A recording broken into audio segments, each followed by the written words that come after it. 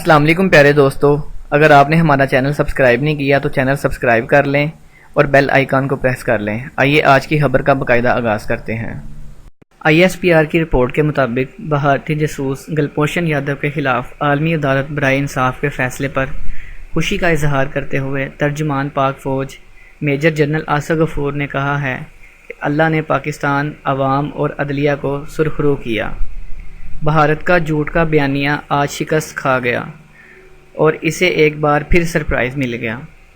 ترجمان پاک فوج نے کہا ہے کہ بھارت نے اپنی درخواست میں 5 نکتے اٹھائے۔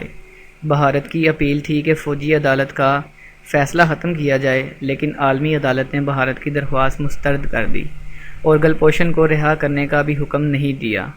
عدالت نے گلبھوشن کو پاکستان میں ملنے والی سزا کو ٹھیک قرار دیا اور نظر ثانی کا فیصلہ بھی ہماری عدالت پر چھوڑ دیا۔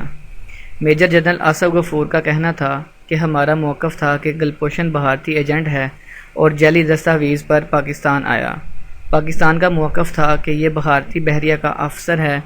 عالمی عدالت میں ہمارا موقف مانا گیا۔ ہمیں امید تھی فیصلہ پاکستان کے حق میں آئے گا۔ اٹارنی جنرل اور ان کی لیگل ٹیم سمیت وزارت خارجہ نے بھی معاملے پر زبردست کام کیا۔ جاسوس پر ویانا کنونشن کا اطلاق نہیں ہوتا۔ پیارے دوستو، اگر آپ کو ہماری ویڈیو پسند آئے تو ویڈیو کو لائک کریں، شیئر کریں اور کمنٹ کریں۔ شکریہ۔